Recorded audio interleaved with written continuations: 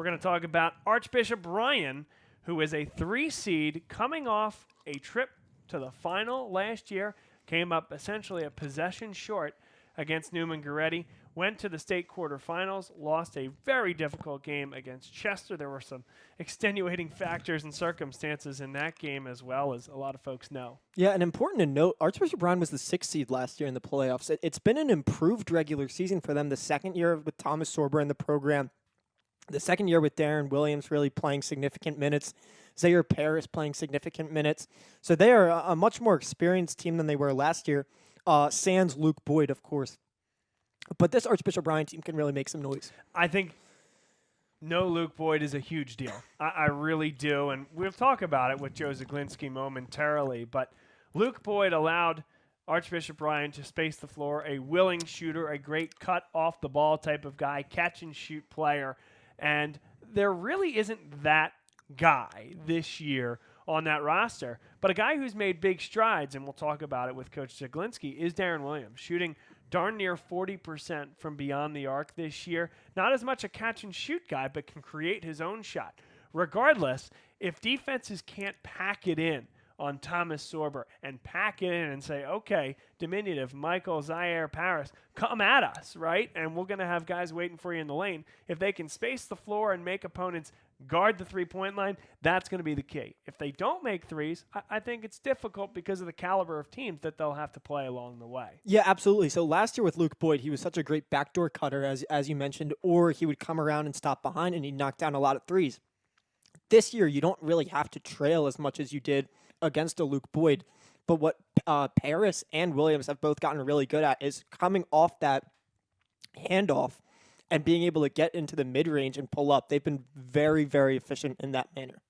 Joe Zaglinski was good enough to give us time right after the regular season finale against LaSalle. That game was played on Archbishop Ryan's home court. And let's hear what the head man and the athletic director at Archbishop Ryan has to say. Joe Zaglinski is with us here, head coach of Archbishop Ryan on the PCL playoff preview show. Joe, this team, I talked about last year and getting all the way to the final. I thought a key for you there was you have Sorber inside and Luke Boyd on the outside and the ability to spread the floor. Darren Williams is one example of a guy who's really improved from beyond the three-point line, shooting about 40% according to Ted, who I did the game with here today. What has he been and what has he meant for your team this year? Yeah, Darren's really improved, his shot from last year to this year. That's just another year in the PCL. Your second year playing major minutes in the PCL, you always see a jump.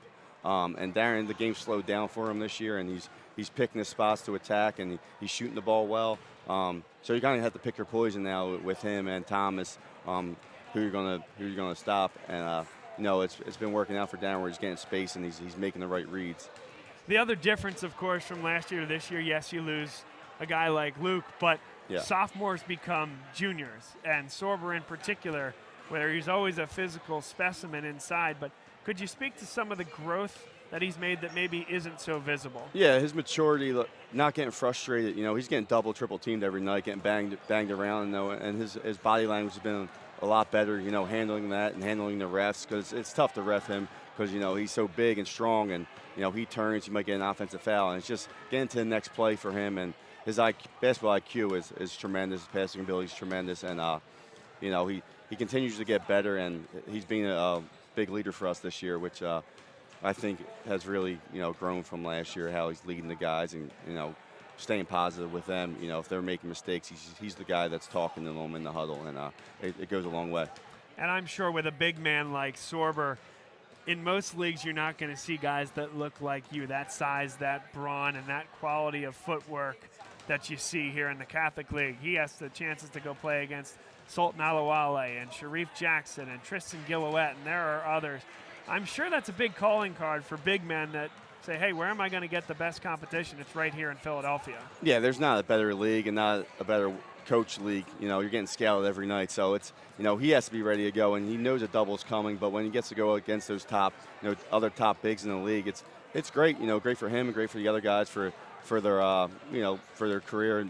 Taking the next step into college. They're going to see bigs like that, and it's huge. In the PCL that you're going to play the best, and it'll get you ready for the next level. And I think Thomas has gotten better, because he's playing those type of guys, and then practice we're pushing them, at a college type level. So, we're excited for him, to see what he can do in the playoffs with a little more space, on our court and then hopefully in the Palestra. Speaking of the Palestra, it's the cathedral of college basketball. It opens its doors every year to the Philadelphia Catholic League in the semis and the finals and the girls' final as well. You guys have had that experience several times. In fact, these guys just last year. What is that like playing in the Palestra, and can you really prepare your guys for that experience? Do they have to experience it themselves? No, I think you do have to experience it. We have guys coming back that's going to be really helpful. I think, if we can handle business on Friday night, I think that experience will help, and it has helped. Last year I think Luke and Jalen and those guys were sophomores when the last time, because the COVID year we didn't get to go. But we're 3 straight Final Fours now, looking for going number 4, and that really helped our team last year. Take that next step to the championship, and hopefully we can finish the job this year, and it starts Friday night. We don't know who you'll play. In fact, we're off screen here. We're just keeping an eye on Cardinal O'Hara and St. Joe's Prep. By my count, it would be either Archbishop Wood or St. Joe's Prep. Does that sound about right? No, I believe we get West. Would it be West? 4 or 5 because of the tiebreaker scenario. If the 4, right? Because Prep would be the 3. Absolutely right. If O'Hara wins, we get the 3, and I think that bumps Wood to 4, Prep to 5, exactly right. and then West would get 6. So I think either way, we get West, and unless some other upsets happen. Okay. But we'll find out tonight. Yep. Neither here or there, because by the time this is airing, we'll know. We'll already know. But this building here, you guys have put a lot of money, effort, and time into transforming this gym. It was already a great place to watch a game. I said to Ted and Ryan, I could argue it's the best place to watch a game in the Catholic League right now, with a lot of other great venues to choose from. What is this like? I mean, does it feel louder? Does it feel more engaging? Certainly, it's a wonderful place to watch a game. What will it be like on Friday? Yeah, we're hoping it's packed and it's loud, and our students will show up. They've shown up all year long, and we've been getting tremendous support from administration. You see, our soccer coach are making the calls, Teddy and Coach Haney. So it's been great support, all season long, and it's going to be a loud crowd on Friday night, and we haven't had a home playoff game since Brockington was a senior, where it was packed against Father Judge. So we're excited. I'm excited to see what our community does and comes out to support us. And the gym looks great. So we're just looking forward, and the kids are really excited. Michael Zaire Paris, one of the more unique guards that I've covered in my time here doing the Catholic League. What's it like to coach Zaire Paris? Yeah, you kind of have to let Michael play, because he's going to, early on in the game, he might make some mistakes, some turnovers, just trying to be, do a little too much, trying to get to the rim. But, when the big moments come, the big games, when we're playing these big games, he's the guy who steps up and, he's made so many big plays. Against Wood, he hits the game winner. Friday night, he puts us up 1 against Newman, which, Robert Wright makes a great play, and we end up losing that game. But, in those big moments, he always seems to find the ball, and, good things happen when the ball's in his hand in the big-time moments. And, he's waited his turn, and I'm really excited for him to show what he can do on a big platform. And, the numbers he had this year, I'm hoping that he gets that nod as all Catholic, because he deserves it. From a depth standpoint, you guys can go, relatively deep. Of course, we saw today in a situation where the game was in hand. But have you guys developed depth over the course of the year, and how many deep do you guys see yourselves going? Yeah, so it was great today. We got to see Ryan Everett, on the court a lot, and he's a great guy that creates space for Thomas and our guards to create, who can knock down a shot and make a play on his own. And Matt Johnson, freshman, he's been steadily growing. As it's tough to play in this league as a freshman, but at this point, it's you're not really a freshman in end of February and into the playoffs, and he's made some. His IQ is really high, so we're hoping to go 7-8 deep, and we have Mark Gallagher come off the bench that can shoot it. So, we're looking to go 7 at least, and then maybe 8, depending on the matchups and foul trouble and things like that. That's great. Well, this should be a heck of a couple of weeks stretch here. Yep, it's always one of the best of the year. Last one for you. How do you balance having 3 goals at hand? That is Philadelphia Catholic League. That's a district title. You guys are, I guess, the lucky, the unlucky, you name it. You're the we're class. lucky, man. We get to play the best in the country. One of, that's where I'm great. going with Yeah. that. Imhotep, right? That's the public league opponent that you guys would face in a potential district title, and then of course the state title as well. So how do you marry those three together? Is it 3 separate seasons? Is it one process? How does that look? Yeah, we look at it like this, and I'm a Catholic League guy. I went to Ryan, so it was always PCL first, and that's been our goal from the start. It's get a home playoff game. Let's win the PCL, and obviously how hard that is.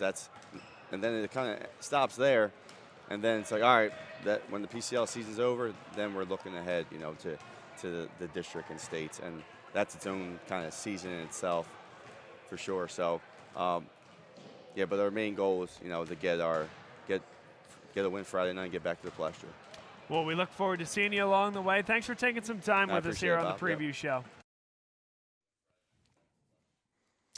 Thanks to head coach and athletic director Joe Zaglinski from Archbishop Ryan for spending that time with us here on Bob Long Sports. If you're just joining us, it is the Philadelphia Catholic League Playoff Preview Show. Bob Long and Will Ryan here to break it all down for you. We just talked about West Catholic's opponent, Archbishop Ryan, some of those unique players and that model that they're running offensively and that scheme. What stands out to you about this matchup? Because there are some tremendous matchups. The Zion Stanford, the MJ Brankers, Bud Clark against Darren Williams, Thomas Sorber going against, again, any of those couple of guys that I mentioned that provide length for West Catholic. Who's going to guard some of those wing threats for each team? It's so intriguing and a matchup that I just can't wait for. Yeah, so it's who on Archbishop Ryan's going to be guarding Bud Clark, and who's Bud Clark going to be guarding? Probably Zaire Paris, if I had to guess. But Bud's a quite a bit quicker than Zaire. I would not be surprised if they go Darren Williams. Exactly. Just to provide a little more length. So I think it'll probably be Bud on Zaire and then Darren on Bud. So that'll be a fun chess match even before the game starts, with the matchups. And the same thing goes for who's guarding Thomas Sorber. Will it be Zion Stanford or will it be MJ Branker? Zion Stanford a little bit more potent offensively. So do you put MJ Branker on him to kind of save Zion for the offensive side? It's going to be really, really interesting to watch. There's going to be switching. There's going to be, different people matched up with different people. But I'm excited. When West Catholic steps off the bus, it does look like you're watching a college team. Length across the board, except for 5'10" Bud Clark, who's one of the quickest, if not on any given day, the quickest guard in the Catholic League. Who has stood out to you from West Catholic as having a big year, and what drives the engine? Well, it's been Bud Clark. Bud Clark is their heart and soul. After they played LaSalle, the great Ace Carter wrote a article for the Inquirer. We're so happy to have Ace back. Made my day to see him at that game that day. Yeah, absolutely. It's better. Basketball is better when Ace Carter is in the building. So we're so happy to have him back and wish him good health. But he wrote an article about Bud Clark's defense, and I think he had 8 steals against LaSalle. He's just ferocious. He never relents. He times up his steals really well. He gets in people. We saw him matched up with Ruben Rodriguez at the Moscow. What a game that was, and that's a game that will prepare this West Catholic team really well for Philadelphia Catholic League playoff play, district play, and state tournament play. Absolutely. And when I talked to Coach Boak, I talked about their out-of-conference schedule when they also matched up against Camden at Camden. That's a true road game at Camden, one of the most hostile environments in the area. And Bud Clark has to guard either Sion Medley or DJ Wagner. And you and I were both as fans at the Camden Imhotep game this year, and we know how good DJ and Sion are. So Bud is so ready for this game. I'm just really excited to see Bud Clark. And then Zion Stanford, such an athlete, probably the best athlete in the league, if I had to give a superlative to him. So I'm just really excited to see those two go at it. My key, Will, is going to be, can Archbishop Ryan, spoiler, I've been talking about this a lot, can they hit enough threes to spread the floor and let Thomas Sorber go to work? Because West Catholic does absolutely have the length beyond Sorber, the advantage there. Right, Sorber aside, they have the advantage. For West Catholic, I think it comes down to playing their game, that they are, on any given day, the most lengthy, talented, athletic team in the Catholic League. if they can avoid the live ball turnovers, if they can get a shot every possession, again, they're not going to turn the ball over 0 times, but be really efficient offensively, I think that's what separates them from being a state champion this year and potentially a Philadelphia Catholic League champion. Last year, Archbishop Ryan went all the way to the Catholic League title game as a 6th seed. This year, they have to play the 6th seed, West Catholic, which is in a similar spot and a similar type of dangerous opponent that the Raiders were at this time last year. I really think, listen, a game that went to overtime on the road in the jungle, the Burr Dome in West Catholic. I like Burr Dome, but we'll find out what it's called when we talk to Coach Boak in just a minute. What a game that was, and I expect this to be exactly the same type of tilt. Yeah, there's no doubt. It's going to be super competitive. Archbishop Ryan, we talked about, one of the best facilities in the Catholic League. With all the renovations, it's just a great place to watch a game. I expect it to be packed. And Archbishop Ryan's broadcast crew does a great job as well. So if you can't get to Archbishop Ryan, you'll be able to watch it.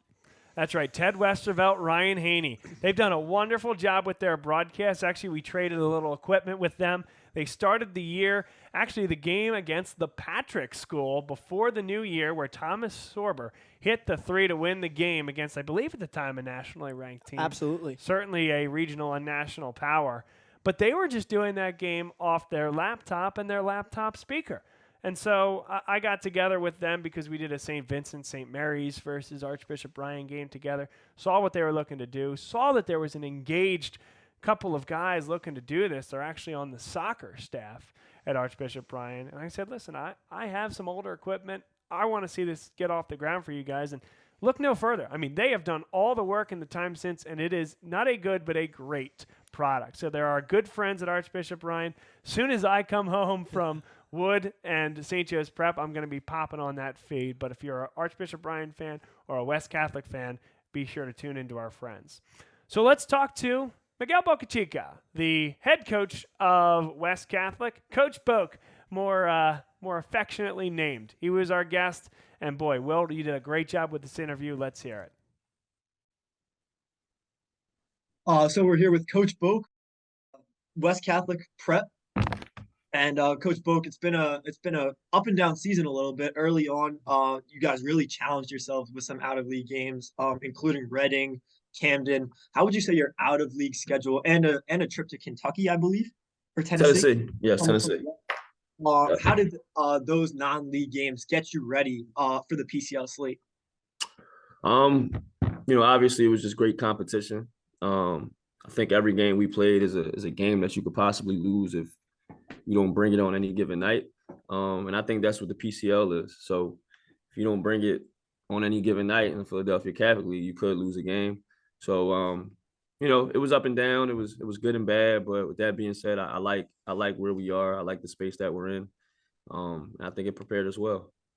And then something that I noticed with your out of league schedule, I'm not sure if there was any games at home for you guys in that out of league slate. Obviously, the Moscow was at Archbishop Wood. You guys went to Camden, which is something that a lot of schools don't do. Right. So obviously, props to that. And then traveling around the country a little bit. So if you guys end up playing a road game in the PCL, obviously you'll be at the Palestra semifinals and finals. But that first quarterfinal game could be a road game. Can you talk a little bit about, are you guys used to that road atmosphere? Yeah, it was a little easier when I first got here to get home games. We weren't great. I think the better we've gotten, the less reluctant people have been as far as wanting to come into our gym. It's a tough place to play. The environment's been great. I think the last 2 seasons we've been filling up the gym. So it's been hard getting home games. We did play West Philly High School, our first regular season game here. But besides that, everything else has been on the road. And we don't mind playing road games. I mean, for us, it really doesn't matter where we play or who we play. My guys just want to play. And then speaking of, wanting to play, what's something I think the whole league has taken notice with is you guys aren't afraid to schedule really tough games and schedule games that are good for the city of basketball, the city of Philadelphia basketball in a basketball sense, playing West Philly, playing against Imhotep last year, playing against Camden this year. Can you speak a little bit about just like the culture of Philadelphia basketball and how your program ties in with that. It's what Philadelphia basketball is all about. You know, if you wanna be one of the best, then you got to go up against some of the best. You know, we haven't fared great in those games, but those are experiences that our kids are going to take with them for forever. Um, but that's what Philly basketball is all about. I mean, I don't, and I've done it since I've been here. You know, since I've been here, I think I've scheduled just good game after good game after good game. It's never been about myself and my personal record. It's been about just preparing for the Catholic League and preparing them to play high level games from you know when they're here to when they go play in college. Um, I don't know. I know for me, I don't like. There's no nerves. Like I don't really get nervous when we play these games, and I think I'm starting to feel the same thing for my kids. I think it's just another big game, and just another big game. So that's what we want. You know, we want kids to know that when you come here, we're gonna play a high level schedule, and that's just what we do. And so last year you guys make it to the Palestra, and what does that experience, for guys like Bud Clark, guys like Zion Stanford, guys like Shamar Wilbanks, uh, them having played in a setting like the Palestra, how does that prepare them for the playoffs this season? I think though we just know what to expect. You know, like even before we played the game at the Palestra, like I got coaches who played at the Palestra just telling me like just little things about how like if you got the second game, like you don't want to keep them in the locker room too long. You want to do this or you want to do that. So just experience in general. They've been there before. Um, having felt, you know, the defeat and just going through that and just being able to get there again and try to do it again. I know that they're motivated. So I just think experience in general just prepares you for the next time. So, you know, hopefully this next time around we go there and we win 2 games. We always talked about getting there, and we kind of manifested that. We didn't talk enough about winning there. So, you know, for us, the conversation all year has been just, you know, let's get back there and let's win 2 games. Even through the ups and downs, you know, I tell them all the time, like they kind of move. My group moves like we're 20-0, 22-0, almost to a fault sometimes, but that just tells me that our record hasn't broken their spirit. And that's why I just like where we're at. You know, you give us 1 game, whether it's home or away, to get into the Palestra, we'll take it. Um, Another thing is you've been kind of forced in a way to play a lot of young guys and kind of your rotation shifts a little bit, whether it be Isaac Cole in the rotation, whether it be early in the season Kingston Wheatley, but then you can bring in a guy like Amir Walker. Talk a little bit about how those senior leaders like a Zion, a Bud help out the young guys. Same thing. They've been through experiences that some of the young guys haven't been through. They've been through some heartbreak that the young guys haven't been through. And for everybody, we just talk about making sure that the seniors leave here as winners. Those young guys, whether it's in a game or it's in, you know, day-to-day practice, like we can't prepare without those guys. We can't get better without those guys. And you know, that's hard for young kids to kind of understand. But I think we're in a good space. I think whoever I call on, when I call on them, they'll be ready. And I mean, that's all in a nutshell. I think those guys are ready to play. Like if I called on one of those kids, if when we make it to the Palestra, they'll be ready to play. If it's 2 minutes, they'll play hard in 2 minutes. If it's 15, they'll give me what they got for 15. But for us, it's just making sure that the seniors go out of here, you know, on a good note, on a winner's note. Yeah, and I think you kind of just alluded to what was going to be my next question. But when I think about cultures in the Philadelphia Catholic League, something that comes to my head is "Run with West." Right? You guys have a slogan. You guys have a culture. People recognize you guys. I'll just give you an opportunity to talk about that culture and talk about what it means to be a Bird. Such great history. Just talk a little bit about your program and your culture. Um, I think our culture is based off on energy. Obviously you have the behind the scenes stuff like the day-to-day in the building, the school, the academic piece. We're pretty serious about that stuff. And then just like who we are on a day-to-day basis with our energy and how hard we play and how loud our bench is on the bench and you know, how our team huddles, you know, on dead balls. It's just a lot. It's really all the little stuff that that goes unseen. Like, yeah, we got good players that can play basketball. But what about the little things? Like, do they talk? Are they playing hard? Do they dive on the ground? Do they help each other up? I've been fortunate enough to be around some winning stuff before I got here. I spent some time at MOTEP with brother Andre, and that's kind of always been the blueprint. And I think, when they have a lot of talent or they have mid-level talent, like MOTEP is always MOTEP. And I kind of feel the same way about us. It really doesn't matter the 5 guys that I put on the floor. Like, even if I take my 5, 6 seniors off the floor, those guys that follow up right after them are going to play the same exact way, play with the same energy, and just try to give whatever it is that they have. But it's culture, it's energy, and then it's together, just everybody being on the same page. And then I kind of got one last question, but there's a question inside of it. When Bob Long and I were talking, I refer to your home court as the jungle, and Bob knew it. Bob knew it as the Bird Dome. Is it the jungle or the Bird Dome? It's the jungle. That's what I thought. They came up with it, so they kind of came up with it, and it just kind of stuck. The students like it, the kids like it. I think it's a good nickname. I think it makes sense. That's kind of how it feels in here when it gets filled up and packed. So it's hot, it's musty, it's a bunch of people running around, it's loud. So the jungle. I like that. And then my last thing is, if you guys end up having a road game, obviously the jungle is always packed, but if you guys end up having a road game on that quarterfinal matchup Friday night, anything to say to West Catholic fans, West Catholic alumni, West Catholic students to get them to come out to the game?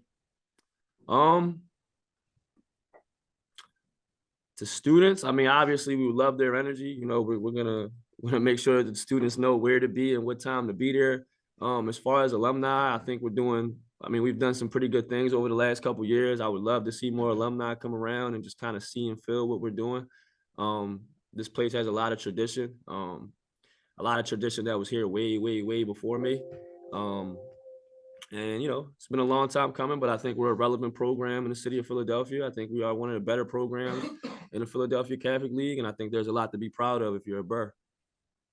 Well, Coach Boak, thank you very much for your time, and look forward to seeing you in the playoffs. Thank you. Appreciate it. What a fantastic interview with Coach Boak from West Catholic. Culture, turnaround to that program. What a great job he's done. And I think, Will, the next step is delivering a state championship, a Catholic League championship. They do have a district championship from last year. So 2 of those 3 pegs still need to do. And I truly believe it. Not just blowing smoke. This 6 seed is good enough. Could even be a favorite in some ways to go win a Catholic League title in the very near term. Absolutely.